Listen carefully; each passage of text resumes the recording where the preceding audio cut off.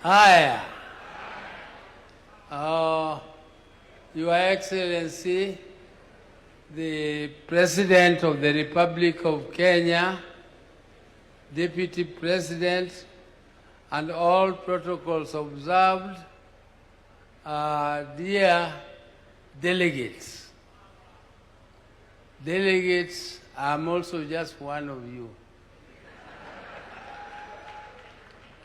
I'm so impressed, highly impressed by the energy of the youth.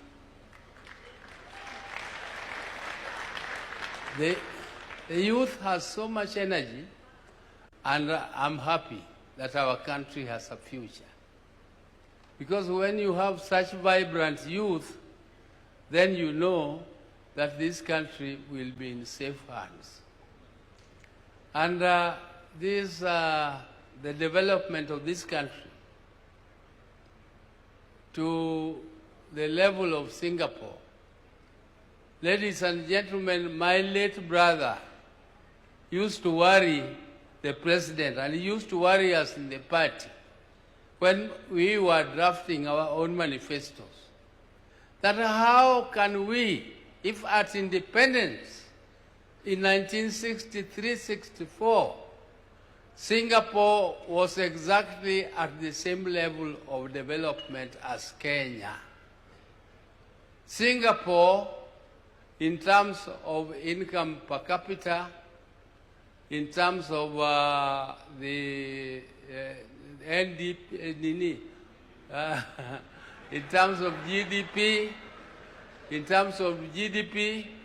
and the development growth, we were exactly at the same level. And my brother used to ask that question. What did Singapore do to rise up to a level where their incomes are now 40 times, incomes per capita are now 40 times that of Kenya?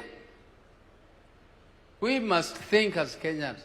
Where did we go wrong, and where did Singapore go right, that they achieved that level? Professor Hino, who was advisor to Raila when he was Prime Minister, has given you where Singapore is and where Kenya is. He has not told you why Kenya is there and Singapore is there. He only told you where Singapore is. And where Singapore is reachable. We can reach it if we do what Singapore did. First, we must deal with this animal called corruption. Corruption is very difficult to eliminate. It is very difficult. I've traveled all over the world, but I know it is possible to build a society which is non-tolerant to corruption. We can build a society which is completely non-tolerant to corruption. We need also to reduce government wastage in government. We need to tighten our belts, those who are in government. Let us tighten our belts for the people, for the sake of the people of Kenya. And let us make sure that our young population is educated. Education is the only equalizer.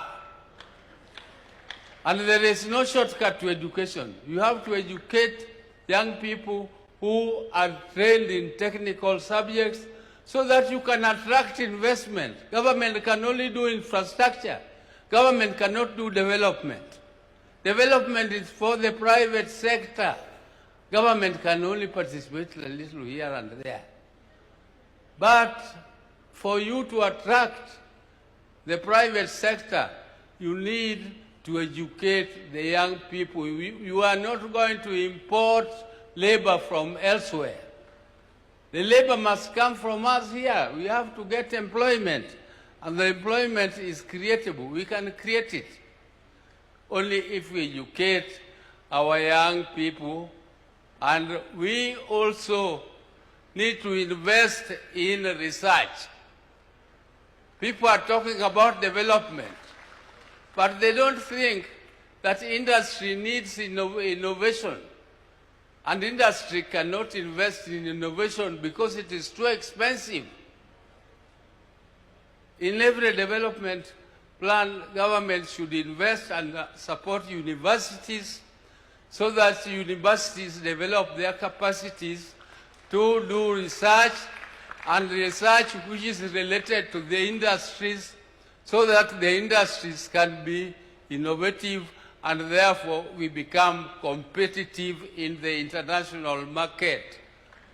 Kenya must be competitive. The world is moving so fast, and you cannot sleep and think that you only want to feed your people. Feeding your people is a responsibility of the government, making sure that people are fed. But the government will not do your farming for you. Government can only make your fertilizer cheaper. But farming must be done by us.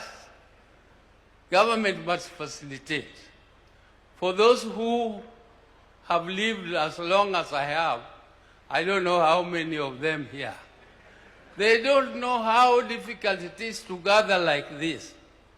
We tried it when we were struggling for the Constitution, and we gathered for a national dialogue in Bomas in the 90s. And we were caned, we were beaten up by police. Some people ended up in jail for fighting for that Constitution because the government did not like it. When the second bombers came under President Kibaki, the government was very supportive of the process. The government supported the process. But during the end, when the government realized that some of the ideas which are coming out of national dialogue is not favorable, the government decided to scuttle it. And therefore, that national dialogue came up to nothing. That Bomas draft is still there, lying in the shelves, and it was produced by Kenyans. So when you have a supportive president who has paid, who is ready to pay for this forum to continue, those of our colleagues who are missing here are missing an opportunity. And an opportunity comes only but once. It never comes again. If you miss it, you will never find it again. Because you will not find another President Ruto. Maybe another president comes with some other ideas and we will not like the ideas. I like the experts here. They are very good. They are very, very good. But you can be so good if you don't have a supportive president. You can have good ideas, but they will lie in the shelves for good. So take this opportunity and make your ideas catapult into fruition, and let us make sure that this forum comes out with a good vision which will guide Kenya up to 2060. 2060. Some of us will not be there. But we are so happy that Kenyans are thinking about it, and I'm so happy. Thank you very much. And I want to thank you. Power is there, and power is supporting you. Asante sana. Asante sana. Thank you very much. Thank you. Yeah. A round of applause for Powerman. Thank you very much, Mzee.